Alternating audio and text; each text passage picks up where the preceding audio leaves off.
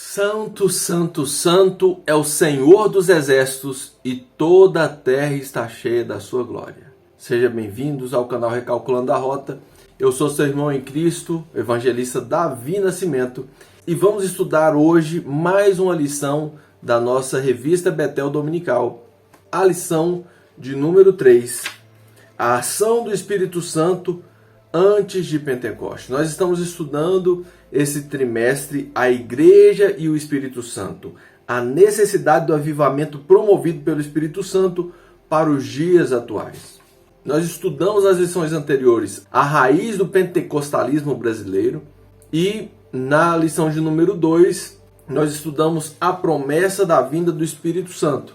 O ápice da manifestação do Espírito Santo é em Atos capítulo 2, a descida do Espírito Santo, para iniciar o tempo de plenitude do Espírito, porque o Espírito ele se manifesta durante todas as Escrituras.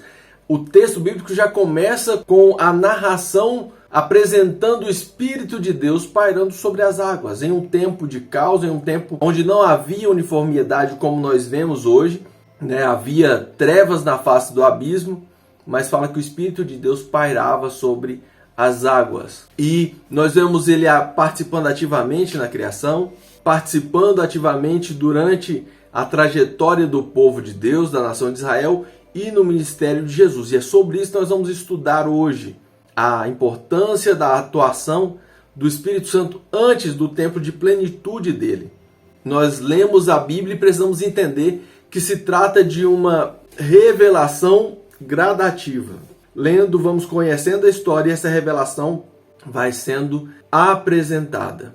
Nós vivemos um tempo de plenitude ali no Antigo Testamento do Pai, mas tendo a atuação do Filho, representações do Filho, dando indicativos do que Deus preparava. E o texto de Apocalipse fala que o Cordeiro de Deus foi imolado antes da fundação do mundo.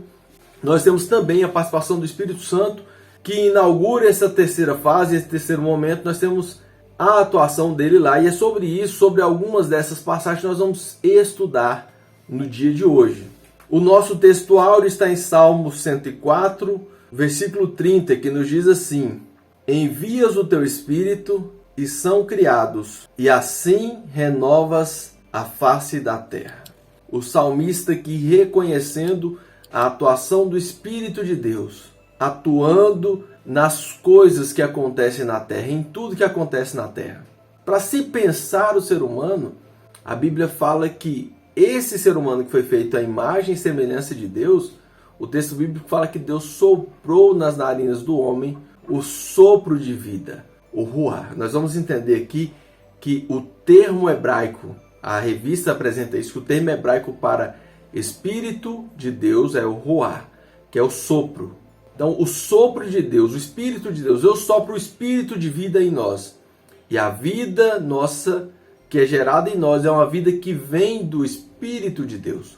Nós só existimos e nos movemos por causa da ação de Deus, da obra de Deus. E mesmo quando o ser humano erra, peca, o apóstolo Paulo fala que nós só sobrevivemos por causa da graça, da misericórdia de Deus, porque foi Ele que deu fôlego de vida e é Ele que nos sustenta. Nele nós existimos e nos movemos. A verdade aplicada nos diz que o Espírito de Deus, que está atuante desde a criação e ungiu Jesus Cristo, está conosco para nos ajudar em todo o tempo. Então esse Espírito que nós olhamos lá agindo desde o princípio, desde a criação, desde o processo em que a terra era sem forma e vazia e havia trevas para todo lado, e esse Espírito já estava lá, pairando sobre as águas, já estava ali desde o princípio. Esse Espírito que atua durante todo o Antigo Testamento, toda a antiga aliança, que participa do processo de criação, que é o sopro de vida que foi colocado em nós, que atuou no processo de criação do homem, trazendo o fôlego de vida através do sopro de Deus, do ruar de Deus, do Espírito de Deus. Esse Espírito está em nós, atuando através da Igreja do Senhor.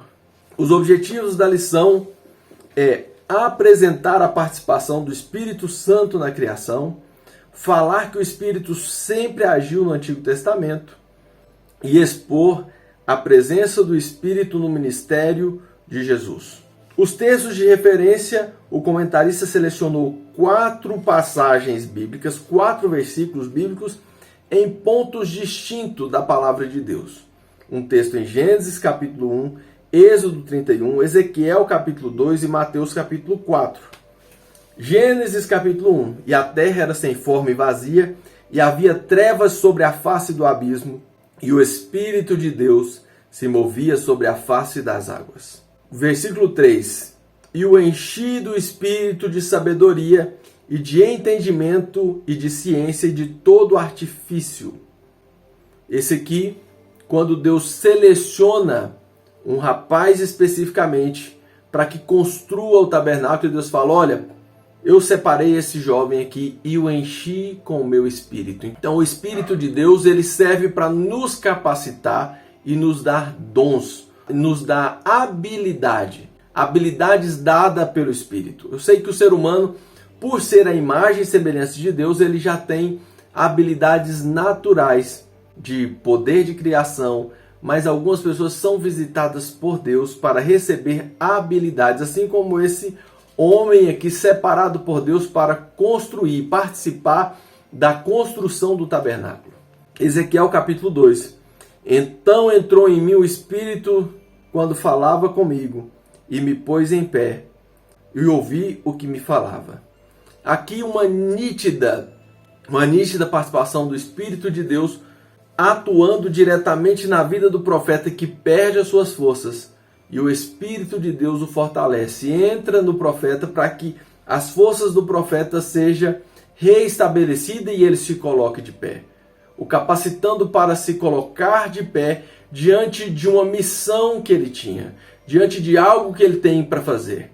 Então, quando muitas vezes nós observamos e vemos o que Deus tem para realizar através de nós, e nós falamos, eu não consigo, eu não vou conseguir, e nós perdemos as forças, é o Espírito de Deus que nos coloca de pé, que adentra em nós e fala, levanta para ouvir o que tem para ouvir e falar o que tem para falar.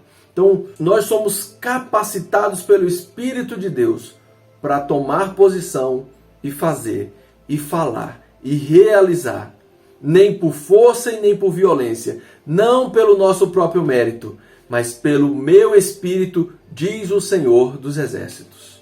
E por último, Mateus capítulo 4, versículo 1. Então foi conduzido Jesus pelo Espírito ao deserto para ser tentado pelo diabo. Eu acho muito interessante esse texto, porque quem imaginaria que Deus, o Espírito de Deus, levaria alguém para ser tentado pelo diabo? Mas é o Espírito de Deus que está com Jesus e o fortalece para que ele vença essas tentações. Se é o Espírito de Deus que nos leva a alguns lugares e somos tentados nesses lugares, quando nós temos convicção de quem nos levou, nós com certeza sairemos dali vitoriosos, não pelo nosso mérito, mas pela força do Espírito Santo que está conosco.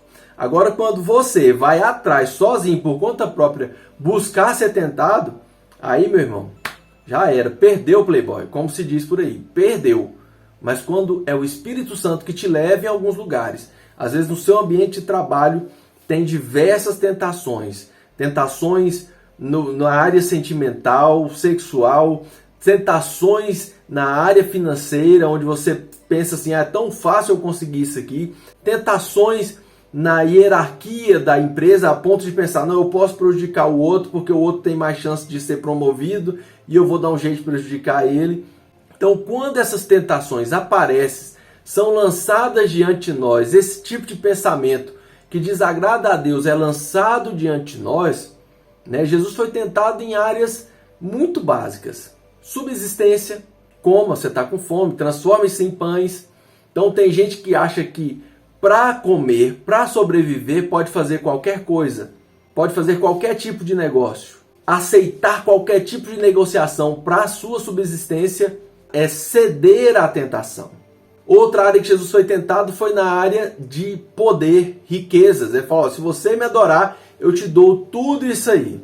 E aí tem gente subindo um monte, fazendo campanha, fazendo um monte de coisa, cantando muito, adorando muito, esperando conseguir riquezas. E o único que prometeu riquezas para quem subisse monte, e cantasse muito, e desse louvor, e desse adoração, foi Satanás. Foi Satanás. O monte que a gente sobe é para oferecer sacrifício. E sacrifício só oferece sacrifício quem já recebeu de Deus. Quem já recebeu de Deus, quem entende que é a habitação do Espírito Santo de Deus, que foi alcançado pelo favor de Deus e que é uma nova criatura, só quem entende isso é que sobe para oferecer sacrifício. Os que sobem ao monte para oferecer adoração em busca de benefícios materiais, em busca de poder, cuidado com quem vai te oferecer riqueza e poder através desses conchaves. Eu estava lendo esses tempos uns dados de censo e as religiões de matriz africana cresceram muito nos últimos anos. Sabe de onde essas pessoas estão vindo? Das igrejas neopentecostais. Pessoas que chegam na igreja e já passou por tudo quanto é lugar e descobre que Deus pode dar riqueza para essa pessoa. Porque as mensagens neopentecostais não falam mais de transformação.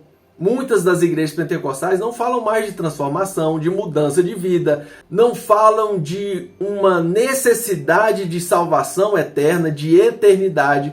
E as pessoas estão presas a esse momento aqui. Tem muita gente que pensa da seguinte maneira: não, se Jesus voltar não tem nada não, tá tudo bem.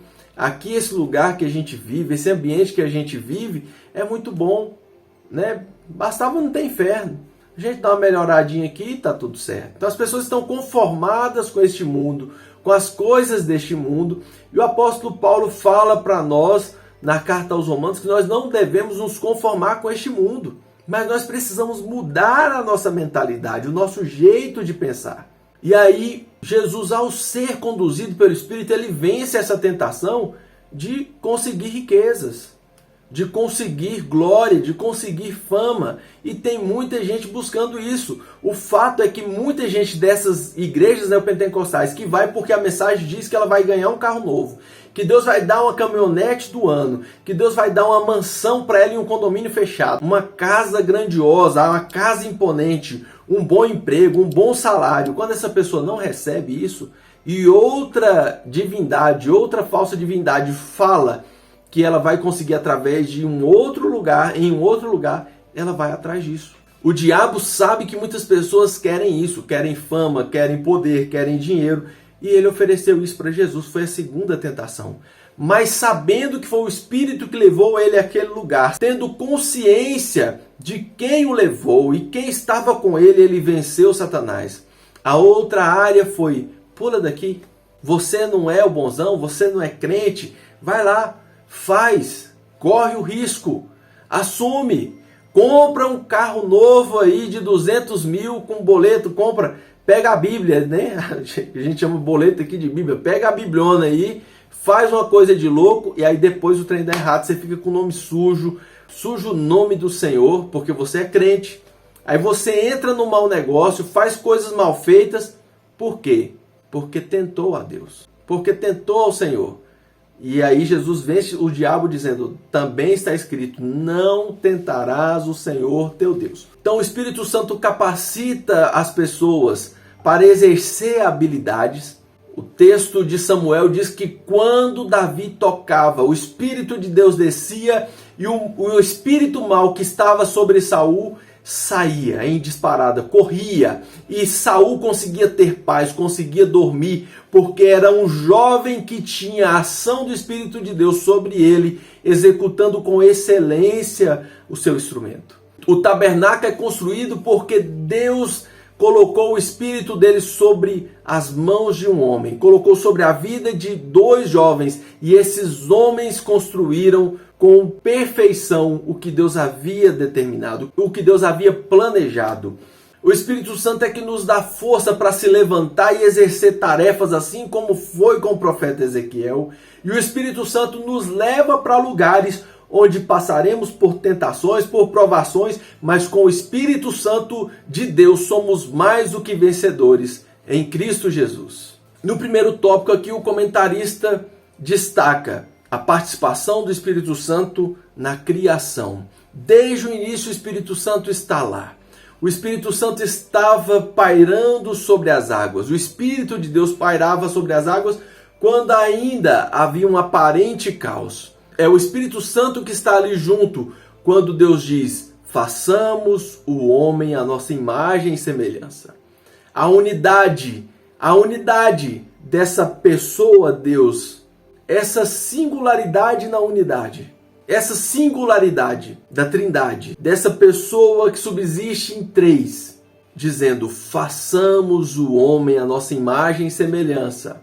E quando o sopro de vida, o Espírito de Deus é soprado nas narinas do homem, a humanidade se inicia ali. A partir do projeto de Deus, o homem feito à imagem e semelhança de Deus, feito para ser parecido com Deus. Mas esse homem se distancia de Deus e nós vamos percebendo que a partir da restauração implementada na cruz, decretada na cruz, o ser humano volta ao projeto original. O Espírito de Deus vem sobre o homem e o homem passa a viver o projeto de Deus, o plano de Deus, passa a buscar viver com excelência isso. O apóstolo Paulo fala que é um processo onde eu não, apesar de não ter chegado à perfeição, diz o apóstolo Paulo, muito pelo contrário, ainda falta muito a chegar. Mas ele fala: eu prossigo para o alvo, para o prêmio que está preparado para mim. Eu deixo as coisas que para trás ficaram. É o Espírito Santo, é o Paráclito, é o treinador, né? Esse treinador que está conosco, nos ajudando todos os dias a alcançar o projeto de Deus, o plano de Deus.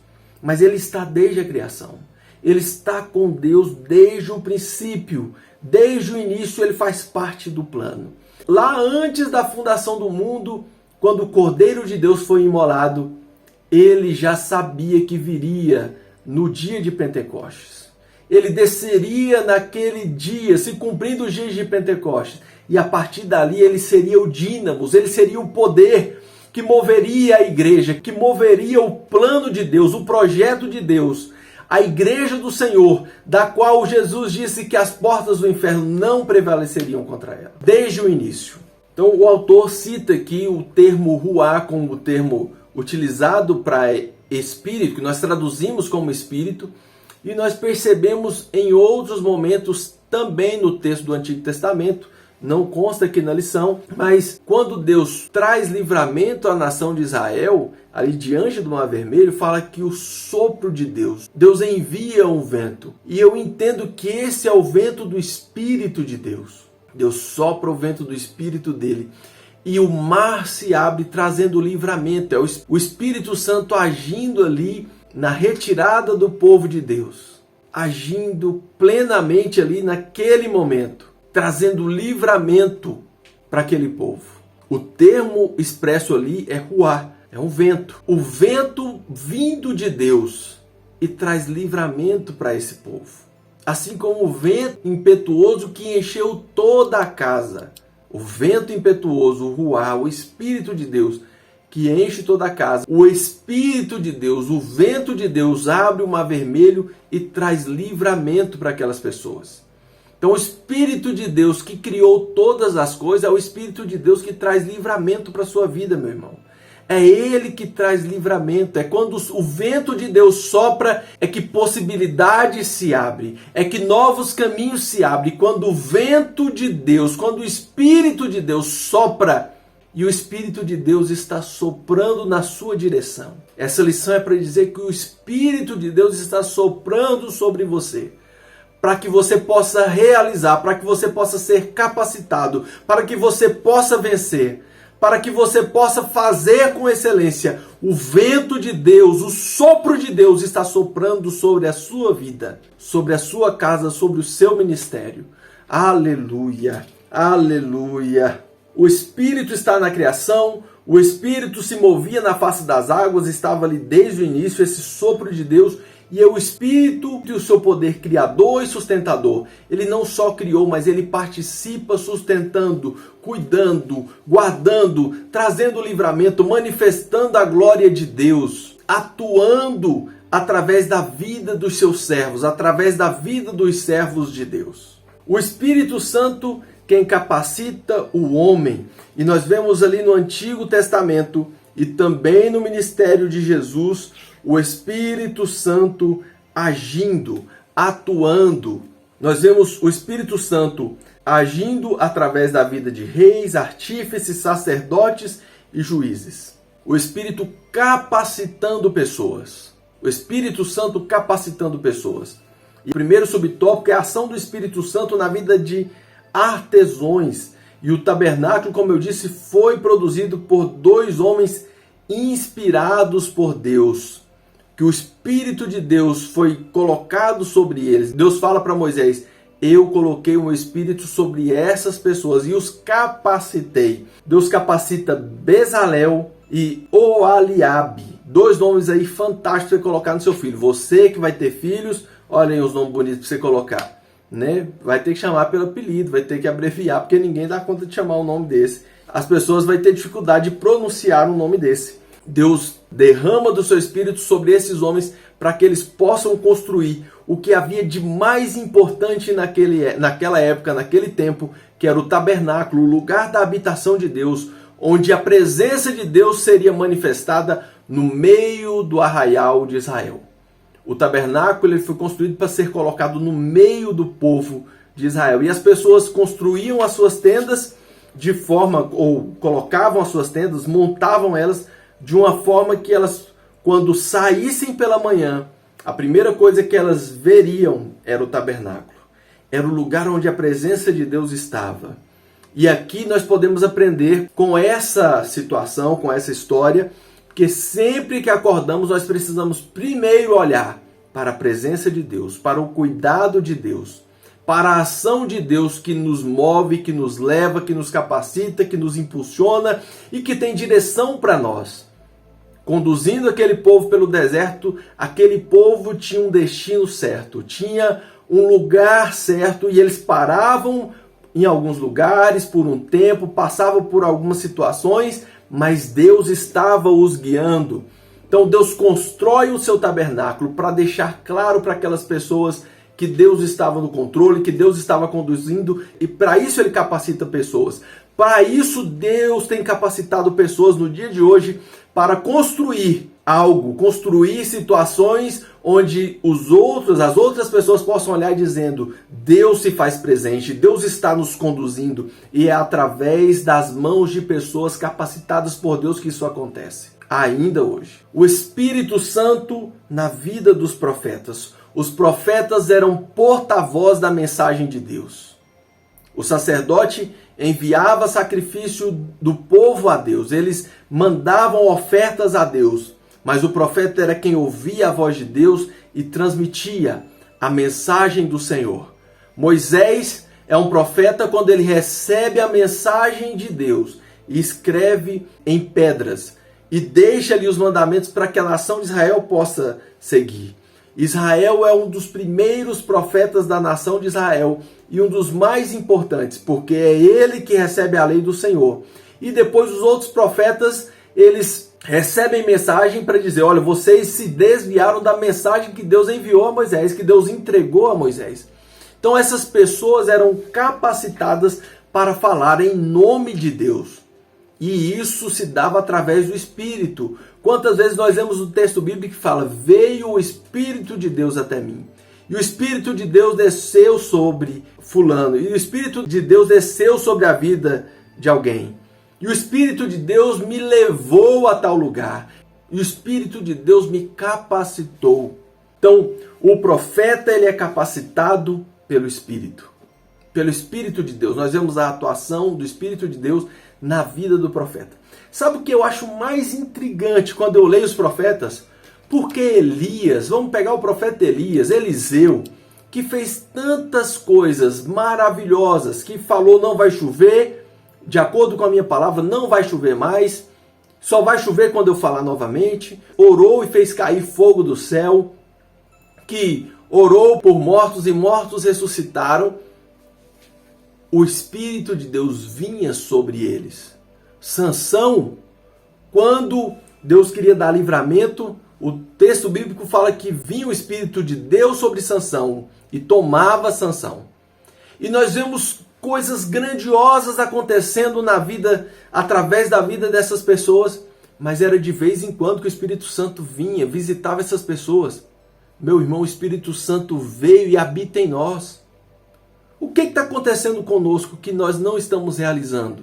Nós não estamos fazendo. Nós não estamos exercendo habilidades.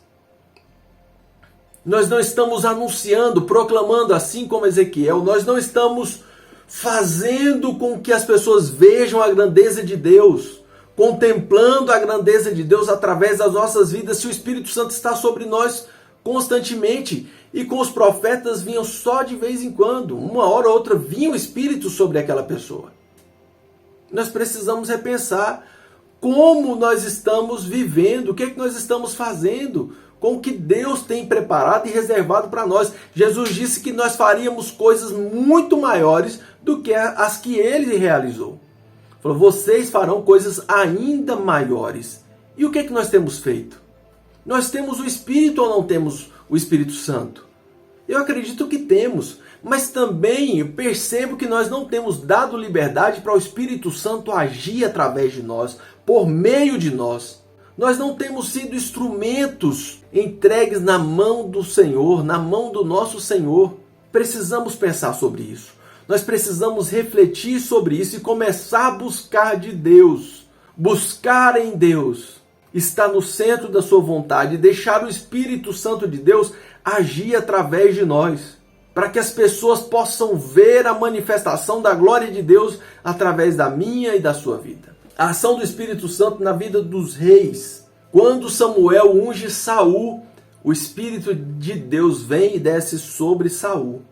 Só que Saul rejeita ouvir a vontade de Deus, ouvir a voz de Deus. E aqui é um alerta para nós. Às vezes o Espírito Santo de Deus vem sobre nós, mas toda vez que nós deixamos de ouvir a voz do Espírito Santo, ele se afasta. Nós estamos abrindo mão da glória de Deus, da manifestação da glória de Deus. Israel perdeu a presença de Deus porque eles foram se corrompendo aos poucos, e o profeta Ezequiel vê a glória de Deus saindo do templo. Sai do propiciatório e vai até a porta do átrio, depois vai até o pátio do templo. Do pátio do templo ele vai para cima do monte, ou seja, a glória vai se distanciando gradativamente. Vai saindo, a gente vai conformando, e daqui a pouco está igual Saul, prestes a ser destruído, prestes a ser consumidos, prestes a ser destruído, assim como Israel foi destruído pela Babilônia, por causa do seu afastamento de Deus, da sua corrupção moral, da sua corrupção religiosa. Então nós precisamos estar atentos, porque o Espírito Santo de Deus, ele pode se afastar desde que nós não demos o devido valor e não agimos de acordo com a sua vontade. Foi assim com Saul. E o Espírito de Deus vem sobre Davi, outro rei que vem. Quando Saul abre mão, não valoriza, não dá valor a isso, Deus levanta Davi. Para cada Saul que rejeita a glória de Deus, Deus levanta um Davi que valoriza a glória de Deus. Quando Davi erra, porque nós somos seres humanos, estamos sujeitos a pecar. O Davi erra quando ele é cobrado, quando ele é lembrado pelo profeta Natan do que ele fez. Ele se prostra e escreve o Salmo 51. E dentro do Salmo 51 ele fala: Senhor, não retires de mim o teu espírito. Restaura em mim, restitui em mim a alegria da tua salvação. Eu estou triste e nem sabia o que estava acontecendo por estar tão triste assim. Parece que eu estava vivendo e nada está fazendo sentido. Meu irmão, quando a gente está vivendo e não está fazendo sentido o que a gente está vivendo, há uma tristeza muito grande em nós. Nós precisamos avaliar se o Espírito Santo ainda está em nós. Se o Espírito de Deus ainda tem liberdade para agir em nós, para nos direcionar. E o Davi, quando ele percebe isso, ele se ajoelha e clama: Senhor, eu pequei, tem misericórdia de mim. Não afaste de mim o teu espírito, não retires de mim a alegria da tua salvação. Nós precisamos ter sensibilidades para perceber essas coisas. Aleluia! O Espírito Santo nos evangelhos. O Espírito Santo, ele faz parte desde o início do evangelho. A concepção de Jesus se dá através do Espírito Santo, da ação do Espírito Santo, no ventre ali de Maria. E Jesus é o verbo que se encarna, que faz carne e habita entre os homens. Jesus vem em uma época de uma frieza espiritual muito grande. Os líderes religiosos estavam mais preocupados em conchaves políticos com Roma, em se manter ali no poder. A gente sabe que não poderia existir dois sumos sacerdotes. Quando Jesus vem, está havendo uma situação onde Anás e Caifás são sumos sacerdotes, um é sogro, o outro é genro. Por que eles fazem isso? Era tudo com chave político, era tudo interesse em questões financeiras, e para isso eles faziam acordo com Roma constantemente. Nós vemos hoje quantos líderes espirituais se perdendo em busca do poder, se envolvendo de forma exagerada em política. Nós precisamos sim ser cidadãos comprometidos com a nossa nação. A igreja precisa estar a par do tema política, porque quem não se envolve com política acaba sendo governado por pessoas que não têm temor de Deus, pessoas ímpias. Nós precisamos ter gente que tem temor de Deus, cristãos que têm vocação para ser político e está lá. Daniel atuou como político, foi um profeta, teve visões, revelações, mas a atuação dele a vida inteira foi na política. O Esdras, Neemias são pessoas que atuavam como políticos na época. Então nós temos ações de Deus na política, na Bíblia, nas Escrituras, pessoas que são separadas para agir na esfera pública, o que a gente chama hoje de esfera pública. Mas nós precisamos olhar para todas as esferas como seres espirituais.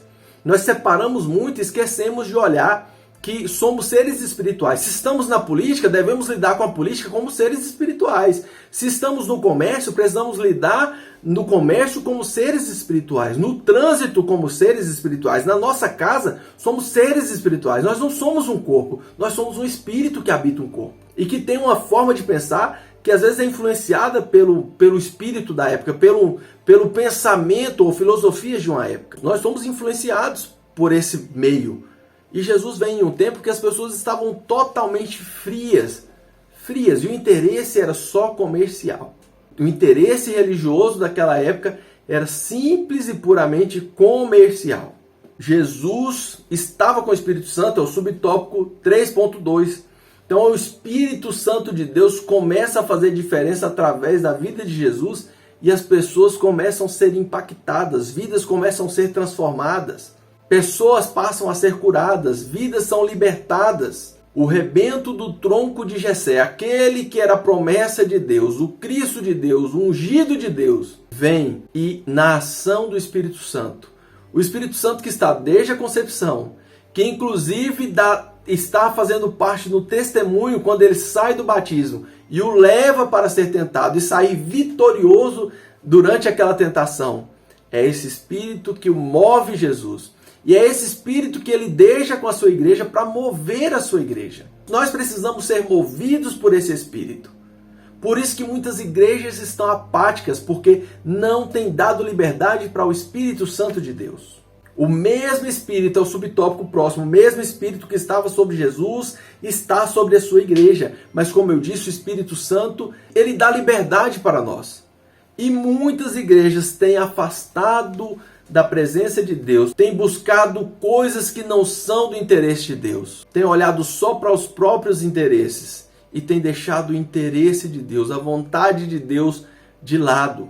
E nós precisamos rever os nossos caminhos, nós precisamos reparar os muros, nós precisamos ver aonde estamos falhando e voltar a ouvir a voz do Espírito Santo de Deus. Nós precisamos ser sempre conduzidos pelo Espírito Santo de Deus.